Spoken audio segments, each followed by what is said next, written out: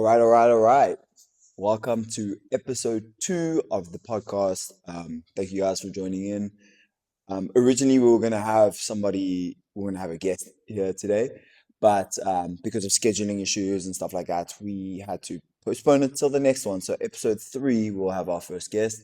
Um, so you guys are stuck with me for the rest of the episode. But you know, hopefully, I won't be too boring or too much to handle for the rest of the show, but I think we've got some good stuff to talk about. So, without any further ado, let's get on. So, I felt like a good theme to bring on the podcast today would be why a lot of fighters like never really reach their potential, like their peak potential, and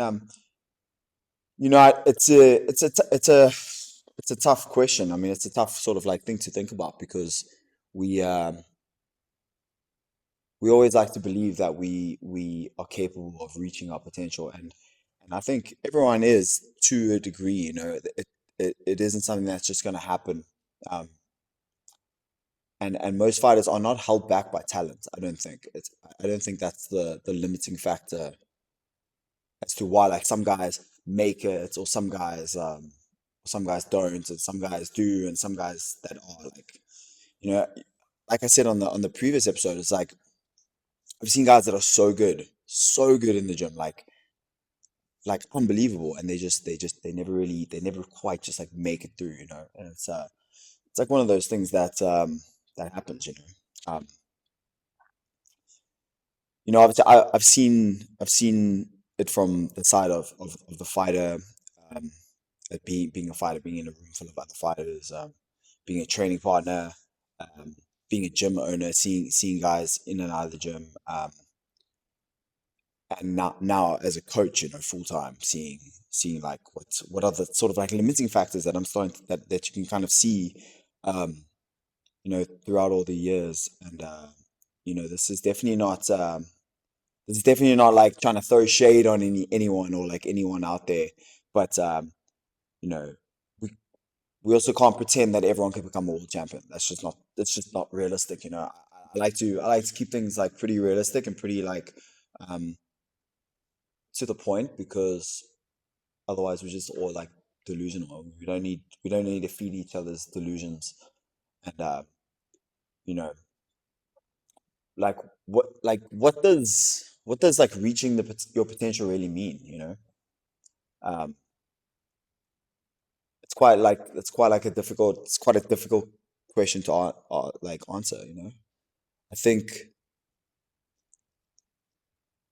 for me it would be taking what you have, like what you're given. Maybe you're given talents, your environment, opportunities presented to you.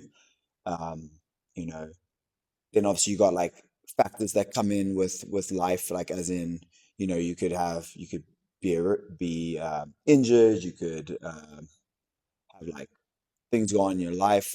There's definitely like a little luck aspect that goes into it, to being able to reach your full potential. um and I think that's going to look different for everybody. It's not like cut and paste, like this is going to be what reaching your potential looks like for a fighter. And it's going to just be a blanket statement that goes over every single person. But you know there are definitely some things that you can kind of control, and things that you can't. And I think we'll get into that as we go along. um, I don't think I don't think potential is the same thing as necessarily like becoming a champion, because like I said before, not everyone is going to become a champion. Like not everyone can be a champion. There's like a lot that goes into becoming a champion. Um, that that might have nothing to do with your potential. Um, I think a lot of guys that fulfill their potential for them, but still fall short of being like the champion. Um, you see it even at the highest level, like if it wasn't for the opportunity Justin had now with Ilia Topuria, we had the opportunity to fight Ilia Topuria at that exact time, at that exact moment, he would have never become the champion. Even though potential, his potential could be champion. He might never have reached that if it wasn't for that like specific opportunity against that specific opponent on that specific night. So, it's difficult to say that like becoming champion is like reaching your potential because you could reach your full potential and never really become, even make it to the highest level. But that doesn't mean that that's like a failure. I don't think that's like a failure. I think like being honest and being like open and realistic about like where your potential is and like what your ceiling for potential is a good thing to know.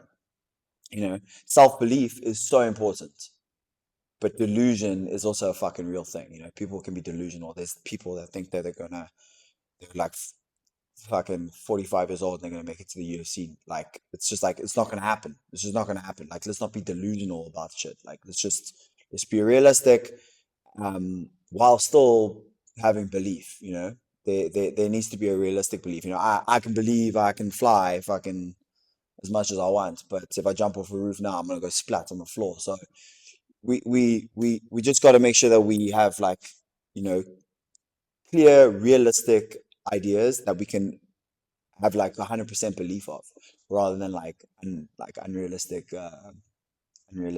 things that just are never going to happen. Um, you know, it's a tough conversation to have, and it's not something that everyone wants to hear. Everyone wants to believe, if you dream it, you can achieve it. It's like, yeah, you can, you definitely can, but a lot of times maybe you won't. So it's a tough conversation to have, and it's not something that like I like to talk about, but it is something that is you know like someone can have a very successful career, an amazing career, without ever really reaching their full potential, in my opinion. I think like you can even go all the way to like world champion without actually ever fully realizing your full potential. Um, that's why those two things I don't think are like tied together. And I look, that's just my opinion. I could be completely wrong. Could be, you know, I've been punched in the head a lot, so I could be completely wrong. But in my opinion, I think that potential and what you achieve are two different things, because everyone's an individual, and everyone's individual potential is based off of their individual sort of path and background and all of that stuff. So, I think that's a it's a difficult topic, and it's something that like no one really talks about, realizing potential and the relationship between potential and success. Um, and oftentimes you see how talent gets wasted in combat sports. Like you see guys with so much talent, so much potential that just don't capitalize on, and they just don't do it. Now whether that's because of ego, or maybe like the wrong guidance, or um, there's so many things. Like some people have like a predisposed like self-destruction thing in them. Like, you know, even though he is incredibly successful and probably the best of all time, if you look at a person like John Jones, do I think John Jones has like reached his full potential? No ways. Like if you had to take away all the bad shit that's happened in his career, and sort of take his ability and his work ethic and all that stuff, and take out all of like the bullshit and channel that into like the perfect path, who fucking knows what that guy would have done or like achieved? Like, and that's saying already on top of what he has done. He's already the greatest of all time. Imagine if he really, really like harnessed his full potential. How like it would be, I don't know, it would be ungodly. It'd be crazy. It'd be like insane.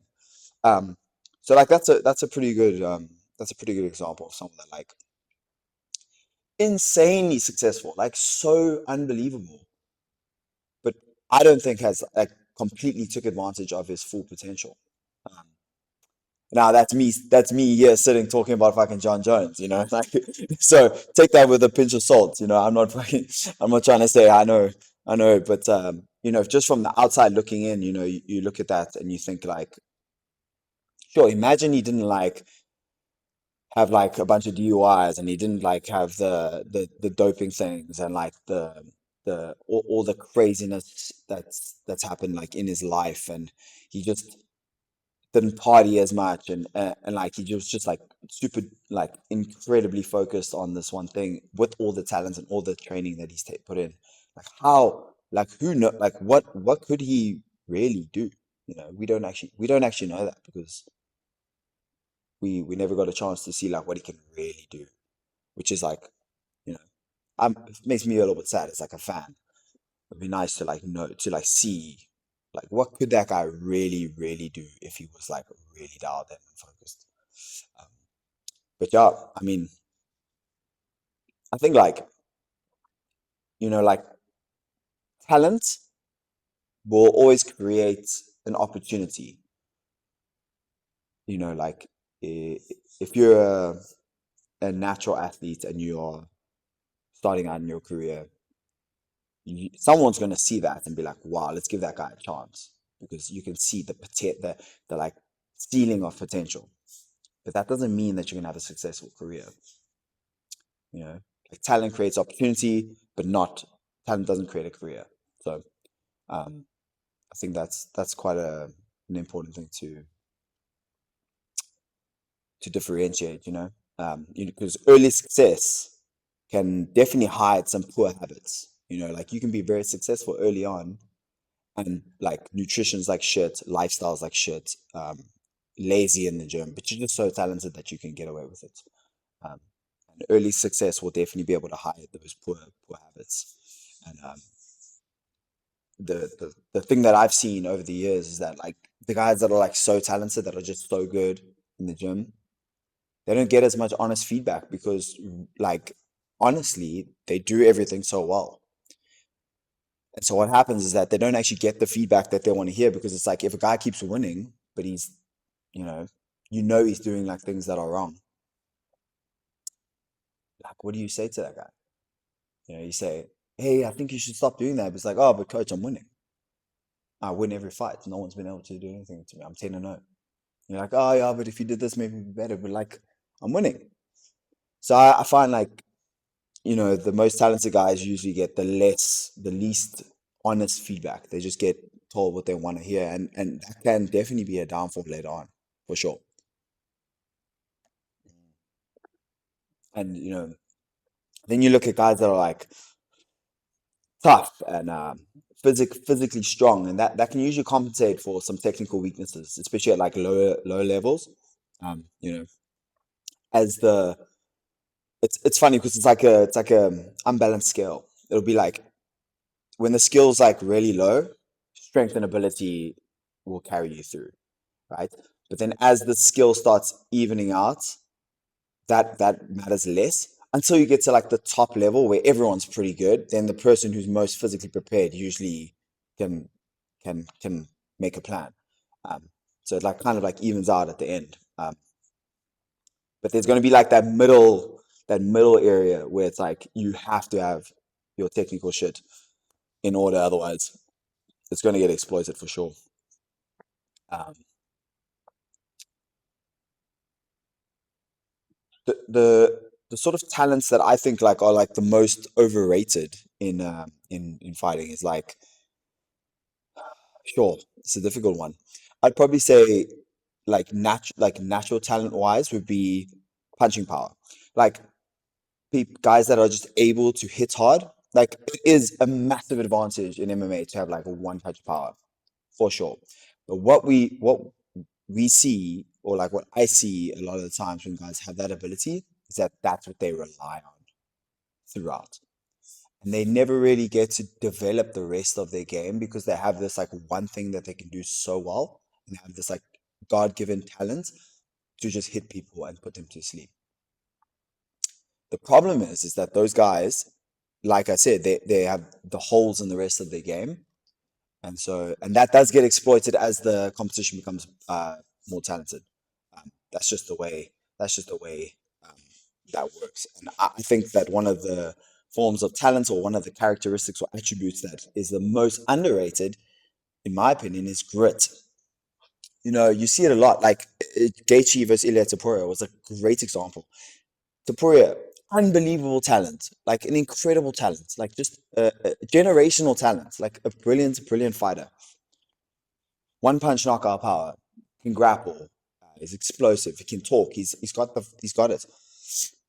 But what we saw in that fight was Justin Gaethje, as talented as Gaethje is, the thing that stands out the most is he has grit. He will not quit. He's not gonna quit, and that is just the way it is. He's not gonna quit, and he'll fight you till the end. And I think that's something to be there's something to be said with that. You know, I think having grit, you know, developing grit early on in your career is, and I think that's something some people are born with for sure. Some people are born with that natural tenacity that's just like, fuck you, I'm not gonna stop, I'm gonna keep going no matter what you do. Um, I think that's the most undervalued talent, or the most undervalued attribute. And you know, I would say the most important thing though with any fighter, in my opinion, would be the ability to be coached. So, coachability, I think, is a talent. It can be something that you're born with. You're able to accept knowledge and retain knowledge and retain information, and also take criticism. You know how fucking hard it is to get told that you're shit at doing something and that you need to improve, and then actually have to like work on it. It is not easy. It's not something that you that everyone thinks like, oh yeah, your coach will tell you and you'll work on it. To be told that you need to work on something and then go and actually work on it, that is a very, very, very important part of being a good fighter, I think, or a good athlete in general. I think if you can just if you're coachable, if I can show you something, you can use it, or you can retain that information, and you can recognize when you're making mistakes, or understand when you're getting like feedback, how to take that feedback and use it, rather than taking everything personally. You know, I've seen it over the years. Guys get criticism, or they get told something from their coach, and they take it as a fucking personal insult, and it's just like, it's not. You know, it's not about you. It's not about you as like, if a coach is talking to me, they're not talking to Don Madge sitting here. They're talking to the athlete, the Magic Man. They're talking to that guy, and that's the guy that needs to make the adjustments, not the person. The person and the athlete need to be two different things. And I think a lot of guys don't know how to separate those two things, and that's I think is a detriment, to anybody.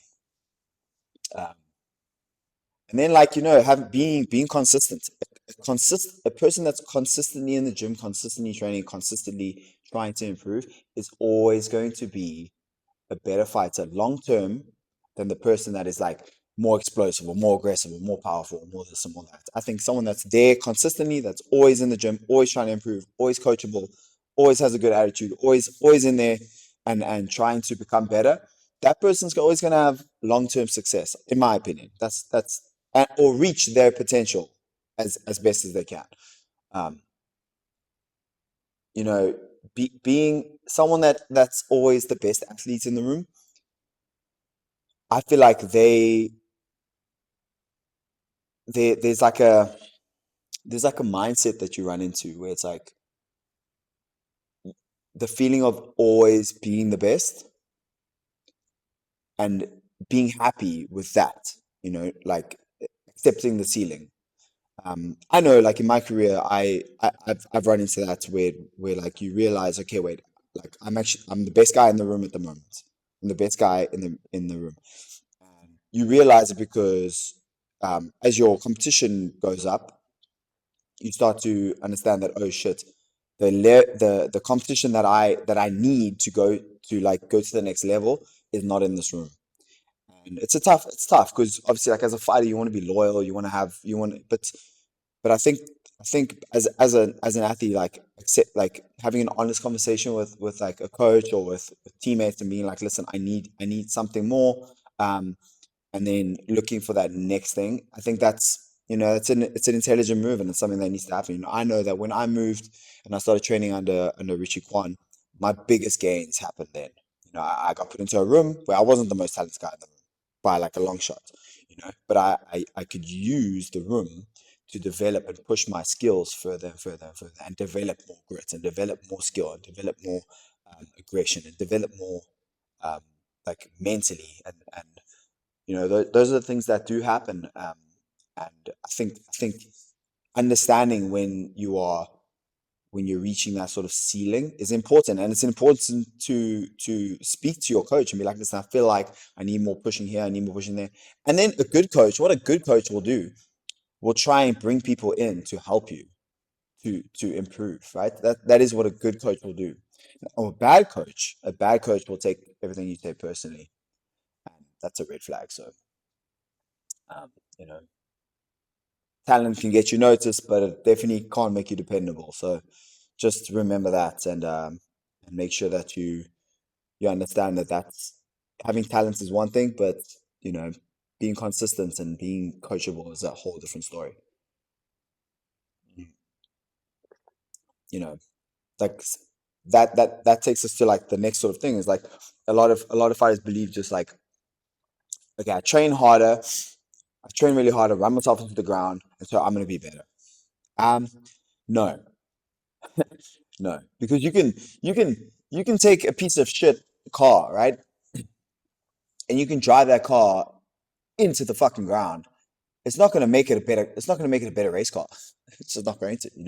There's a bunch of stuff that has to happen um, before that car will drive better. It's the same with like fighting. It's like you can just go hard, hard, hard all the time, but if you're going hard and using the same sort of like same tactics or same techniques and same skills, and you never actually like um, improving where you need to improve, you're just hammering, an immovable wall. Like you just like there's nothing that's going to happen there. Yeah, you'll become really, maybe really conditioned, maybe really mentally strong, maybe develop some good grit, which is always like a good thing. Um, but you're not going to get better. So, there is a need to train hard, but there's also a need to train well. So just understand that there's not and again it all go down to like individuals as well. Some individuals they need to break in training. They need that like, I need to be finished mentally for them. And then there's guys that like literally never want to feel that. Um, and each of those guys have to be handled differently. The guy that like wants to be, I know, like early in my career, like I had to always be told to like do less, and that was the right thing, because I wanted to feel like fucked in all the sessions. So I had good coaches around me. They were like, hey, no, it's cool. Pull it back a bit, have a rest. It's okay. I can see you're a bit tired. Bring it down. And that's important. Um, that is important. But then you get some guys that are just fucking lazy, and they need to have like a boot in their ass so that they can train. And so, um, individuals will make things different. And you know, it's also just one of those things that like some gyms just reward unnecessary suffering. Like there's like a mindset with certain teams where it's like, fucking embrace the grind and like blah, blah. It's like, yeah, okay, cool, cool, but are you guys actually getting better, or are you just getting fitter and tougher and harder? Like what is the actual gain? Like, are we gaining, or are you guys just getting tougher? You know, just think about that when you look at your training, and and then from there assess like what you need to do. And if the answer is, oh, am I actually getting better, or am I developing more skills, then great, keep doing what you're doing. But if it's like, oh, I'm not really developing more skills, but I'm going really, really hard every day, I'm super fit, super tough, I'm like a machine. Yeah, you can fucking do that anyway. You can do that in your garage, bro. You don't need to be at a gym to do that. You can like I can train here by myself and make myself a fucking machine and break myself into and make myself tough. I don't need a coach for that. Um, you know, if you're mentally driven and you're ambitious, like you can just do that yourself. But that's not what fucking fighting is. That's like you need to get better somewhere. So just have a look at that and think about how where you sit on that line.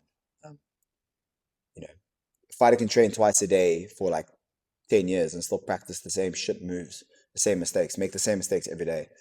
Um, and I've seen it. So take that how you want and apply it to your training. Mm. You know, and that like I believe there needs to be a system. There needs to be a system of training. Not just like a bunch of like moves, a bunch of techniques. There needs to be like an actual system. Like, what is the system around your striking? What is the system around your grappling? What is the system around um, what categories do you have for your grappling? Do you have mat grappling? Do you have wall grappling? Do you have striking grappling? Like like like what are the systems that are in place there? And do the systems all follow similar themes? Because that's what a real system looks like. It's like all the systems follow a theme, and that theme can just be copy and pasted and put into the next category of training. It's tough. Like as a coach now, like I'm having to think of like how do I build a system of fighting that I can apply to all the different like areas of fighting, rather than just like, oh, here's this move that you can do when you're standing. You can do this fucking spinning back kick or whatever. You can do this 360 roundhouse. Like you if you have a system, I have this like a template of things that you can do at certain times and and at certain ranges. You can literally take whatever move you want and throw it in there. And then if it fits into the system template, then guess what? It's going to work, or it can work. But if I just teach you a bunch of moves, you don't know when, how, what range, like when it's going to work. Then that falls back onto, do you have talent? And if you're just going to rely on people that have talent to become fighters, the, the, the pool is so tiny for guys that are born with like natural talent. And I don't think the most talented guys become the greatest fighters. That's just not. I just don't think that's the way it works. I don't think like there's something inherently um, like special about becoming like a world champion, other than the ability to fight, the ability to perform under pressure, the ability to make good decisions under pressure, the ability to um, sort of endure and have that grit to fight through bad situations. Like those are the things that like matter to become a world champion. Just being talented. Like there's a lot of really talented guys that become nothing. So um, just think of developing systems rather than just like learning a bunch of moves. Because I spoke about in the last episode is like Khabib had like a few things that he did so well, but there weren't like a million things that he did well. He had like a good bag of tricks, but just that, and he just did it so well that there was like nothing you could do about it. And that is what you should be aiming for. And he built everything. You could see like the way that he worked. Everything worked into a system. He had a very detailed system that he would use, um, which is and same thing with like a guy like Conor McGregor. Like his strike, like if you go and watch how Conor fights, um, in his prime, obviously, like now I don't know what he's doing, but in his prime, his main weapon has always been his left hand, right? That left cross straight down the middle, sometimes around the corner. Um, but everything else that he did, his whole system of striking was to draw you into that left hand. And if you go and watch, everything that he does was to bring the person into the line of that left hand. That's it. Everything. So like he didn't have a really great like like spinning back kick on the side, but he would do it so the guys would shift into this. He didn't have like any like great like right hooks or anything like that, but he would do a lot of stuff with his lead hand when he would like manipulate the other person's lead hand to get them to move into the left and then force them into a shot. And so if you look at it, he had like a very good striking system um, for what his strengths were, but it wasn't like a bunch of moves that were like spectacular. Like if you look at like a guy like Yair Rodriguez, who has like these amazing like arsenal of weapons, but no real like system of striking. It's kind of just like throw a bunch of shit out there and see what happens. Um, so yeah, that's kind of like my sort of views on having like a system of training rather than just a bunch of moves. It doesn't, yeah, that's just my opinion, and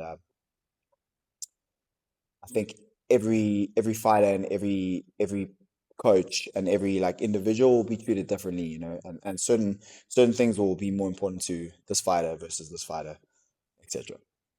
You know, um, being able to sort of self-assess. Um,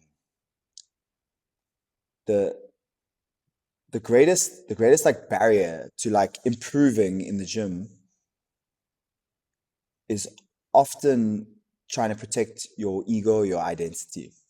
Um, you know, I've fallen into this trap many times. You don't want to lose in the gym, or you don't want to look bad, or you don't want to like try something new and then like not have it work, and you're protecting your ego so much that you actually like hinder your growth. um, and it's a crazy thing, because you think that winning there means that you're going to win on the stage, but it doesn't mean that. And there's excuses like you'll make. I'm guilty too, making excuses of like, oh, I was robbed, or oh, fucking bad weight cuts, or oh, my opponent was this, or like whatever. My coach didn't do what needed to be done. There's all these things that you can make an excuse for anything if you want to. you know. But what it comes down to again is just being brutally honest and not living in a fucking delusion, and just accepting that you're going to make mistakes. You're going to have times that maybe aren't going to perform to your potential. There's just going to be these things that happen, and it's fighting. It's a fucking unpredictable sport. It's crazy sport, and that's okay. It's okay, and being honest about it is okay. It's okay. Like if you're gonna, let's say you do MMA or whatever, for you've been doing it for 2 years, and you now step up to the next level of competition. So let's say you go from being fighting locally to now having your first fight overseas, and you've done really, really well locally, and now you've taken your first step up to challenge at a bigger sort of skill level, and you go and you don't have a great performance. Now, a bad athlete a bad athlete that wants to protect their record or protect their ego will be like, oh, my coach didn't do enough for me. My training partners weren't good enough. But they'll never be like, I didn't train the way I needed to train for that level of competition. I didn't understand that the level was going to go up and that I needed to do something, or I need to speak to my coach and be like, hey, can we do this? I need some more of that. And a bad coach will be like, oh no, just do what I tell you. But a good coach will hear you and be like, this is a person that's taking it seriously. Let me do what I need to do as the coach and make it better. So honesty with yourself and with your coach is super, super, super important. And that is healthy accountability, you know, being accountable for your actions, being accountable for your shortcomings. And a good coach will be that too. A good coach will never blame you. Oh, you didn't train right. You didn't do this. A good coach, like if one of my guys loses, I'm like, man, he should have done this. He should have done this. He should have done this, and it's my fault for not making him do it. You know that it's my fault. It's my fault. It's not the fighter's fault, because the fighter, if the fighter's listening to me, so if the fighter's done everything that I've asked him to do, then he goes out and maybe has a bad performance, I failed him some way, and that's accountability. That's accountability. And it's important to have that accountability. Now, obviously, we can't control the outcome of things, but we can definitely control our preparation. So it's good to have that. It's good to have that sense of healthy accountability, and it's honesty. It just comes down to honesty, man. Um, some and unfortunately, there are just some fighters that are just impossible to coach, because they just won't accept any accountability. Everyone else is the problem. They're perfect. No one else is good. No one else is the problem. It's just them. that's doing everything right. And you see these guys jump around gyms. You just see it. They jump from this gym, then they have a bad fight, they lose. Then they go to the next gym, they win two fights, and then they lose, and then they change gyms. It's always everyone else's fault. It's never their fault. You know, um, the guys that like stay with a coach for many years, and you know that there's always going to be like ups and downs. But those are the guys that have healthy accountability. They understand that, hey, maybe it's just me. Maybe I did fucked around a bit this camp. Maybe, maybe there's things that I should have done, or I could have brought up issues with my coach that I needed more of. And like every coach will understand at some point there's going to be an athlete that's going to outgrow the environment he's built. And then you're going to have to add elements to the environment. And that's okay. That is fine. That is perfect. But we don't know that until we get to that point. And if neither one of us is going to be able to have a conversation about it, and no one's going to be able to say, like, hey, listen, I feel like I need more of this, or I feel like the level of this isn't high enough for me, I need more. You have to be able to do that. You have to be able to do that. And if your coach doesn't want you to do that, then get a different coach. Yeah, it's pretty easy. Um, you know, I think like that'll take us to sort of another point, um, which is lifestyle. Like you're never going to outperform the type of lifestyle you live. So if you're gonna only dial things in when it's training camp, or when you've got a competition or you've got a fight, then you're not going to ever reach the ceiling of your potential. Outside of camp, you should still be as professional as you were inside camp. Obviously, just with like you can give yourself a little bit of leeway here and there, like that your diet doesn't have to be as tight. Um, your training doesn't have to be as regimented and as controlled, but you still have to train, and you still have to be improving, and you still have to eat well, and you still have to sleep, and you still have to do all these things. You can't be going out getting fucked and partying all the time, or you can't take like 6 weeks off and just like do nothing, just because you don't have a fight, and then come back and then like try and like start your camp, and then it's just you know,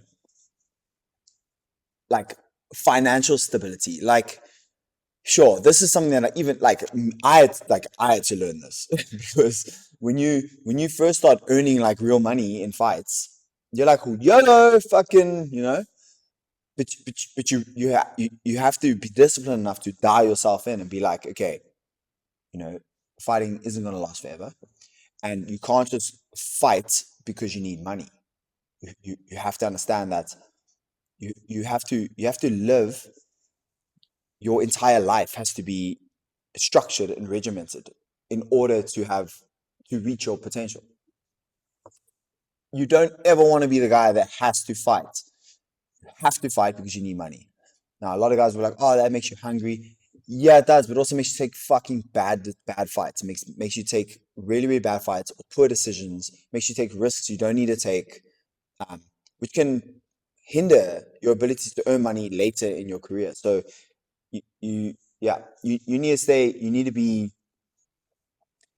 You can't have professional results if you have amateur habits. That's just the way it is. A professional is a lot more than just fighting pro rules. It's everything else. Um, I think a lot of a fighter's career is damaged outside of the gym. Bad relationships, bad financial advice, poor habits, bad lifestyle choices, just like all these things that are like really, you know, like guys will treat fight camp as like a punishment for their out of camp habits. Oh, now I gotta diet, I gotta lose all this weight. It's like, no, well, you wouldn't have to do that if you were disciplined outside of fight camp. And that's something that I've had to learn, and it's a hard lesson to learn, because you come into camp and you're like 16 kilograms overweight, and you're fat, you're out of shape, and like now you gotta like make things happen. Like 10 weeks to like get into shape. You've been partying and shit. Like it's you can't be like that. Um, it's just bad decisions. Um, and it's just it's like that is kind of like what would make someone ready to be able to become a pro. You look at an amateur fighter, Obviously, they have to have like a decent level of experience and skill. Obviously, like everything outside of skill, you know, are they on time? Do they act like a professional outside? Are they responsible? Are they out partying all the time? Are they reliable? Are they dependent? You know, what do they carry themselves as a professional? That is like a big one. Like if you want to be a professional fighter, if you want to make it to the UFC, but you're like walking around with like your ass hanging out and like you don't brush your teeth, you wear like dirty clothes, and it's like, bro, pull yourself together. You want to be a pro? Fucking pull yourself together. Look like a pro, act like a pro, talk like a pro, walk like a pro, train like a pro, fight like a pro. That's the way that works. It's it seems easy until you have to do it.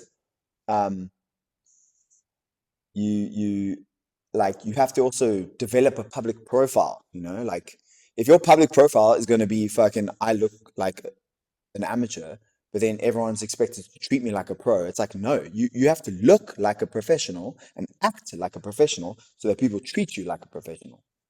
It's very simple. It's not a hard thing to, think about it. If you were going to a financial advisor, and you went to the financial advisor to go to a meeting, and he's having a meeting in a fucking drug den, a crack house, and you're sitting there at the crack house, and you're like, yeah, tell me how to manage my finances.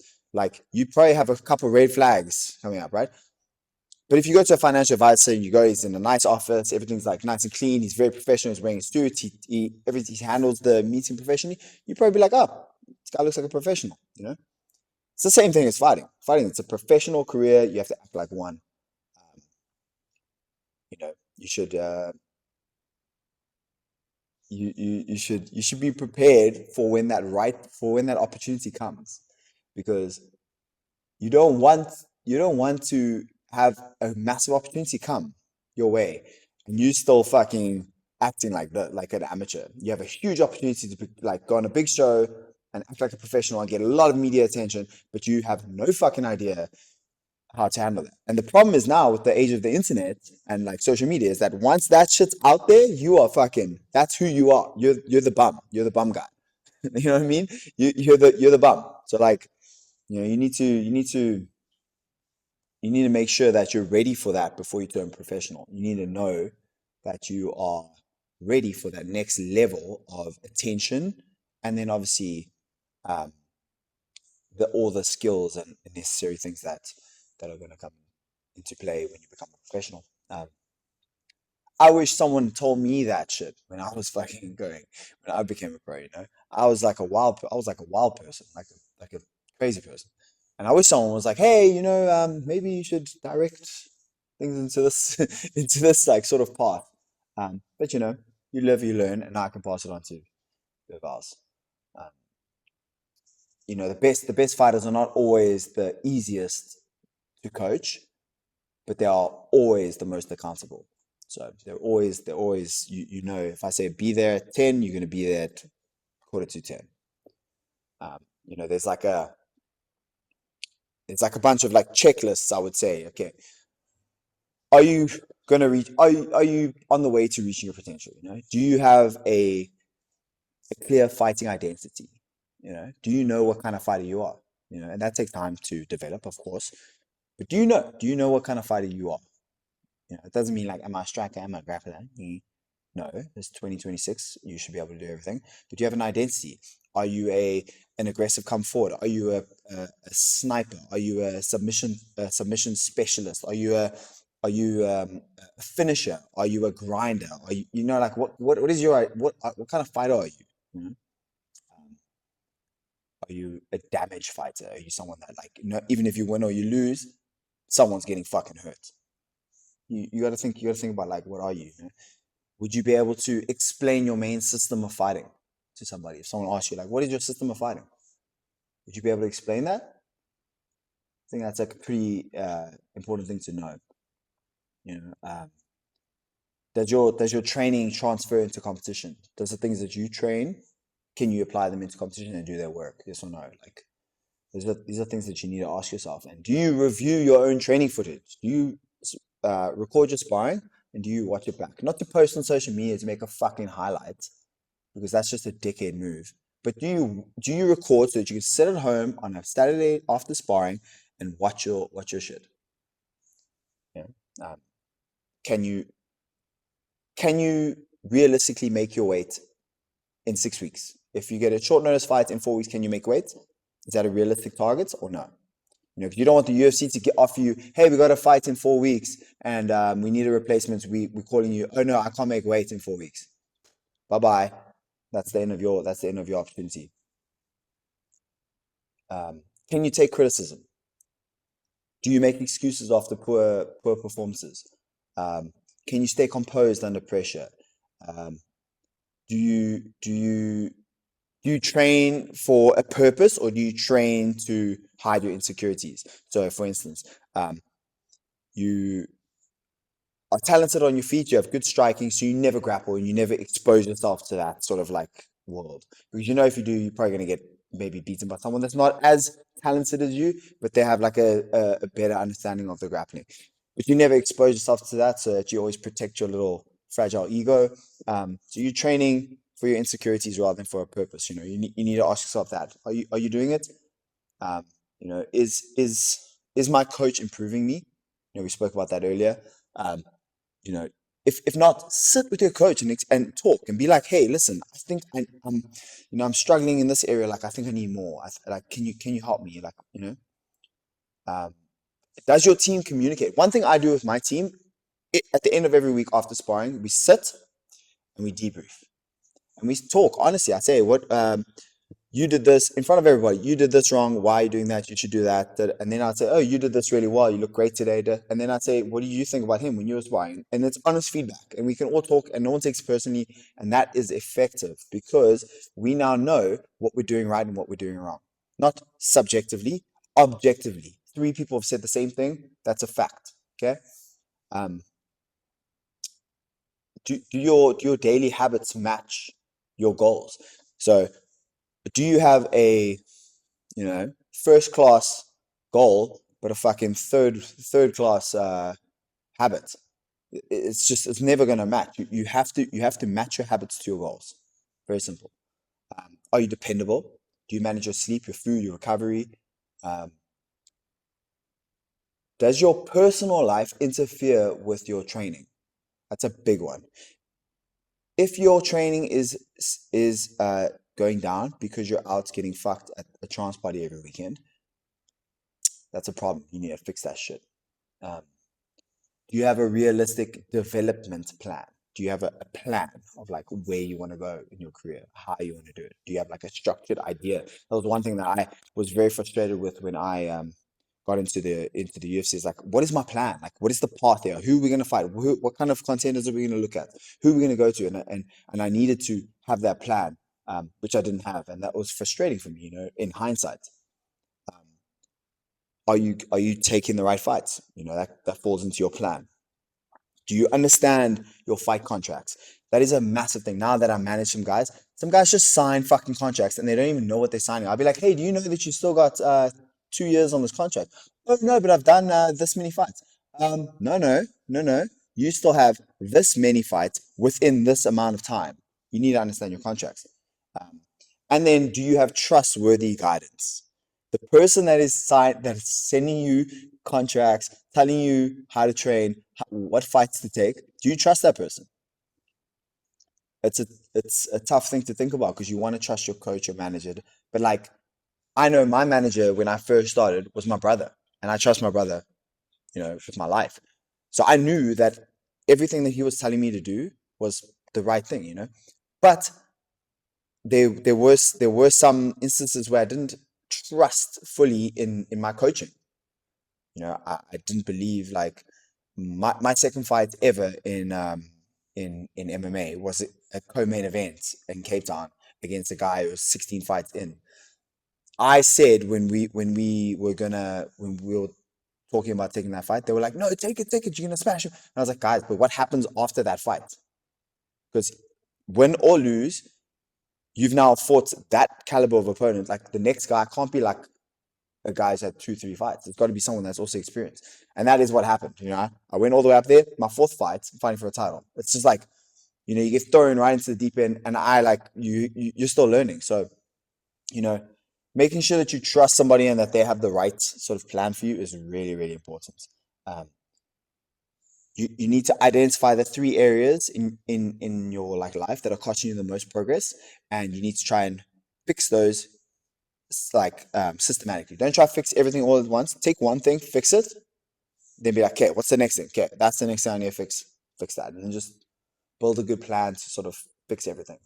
You know, most fighters, most fighters will never know like how good they actually could become, and it's sad because like I said before, I've seen it. I've seen guys, and I'm like, fuck, this guy is the one. And he just doesn't. He either like his lifestyle doesn't match his thing, or he's mentally he can't handle the pressure, and he just folds, and it sucks. It sucks. You know, they just didn't have the thing. Um, it's an important thing to iron out, especially while you're young and at the beginning of your career. You need to make sure that you have these things in order. You know, potential means nothing unless your daily behavior gives it like somewhere to go. Um, and that is like a really, really important thing that you need to try and remember. Um, to anyone out there that's like in the beginning of their career, and you're thinking like what's my plan? Just ask yourself some of these questions, and just see if that'll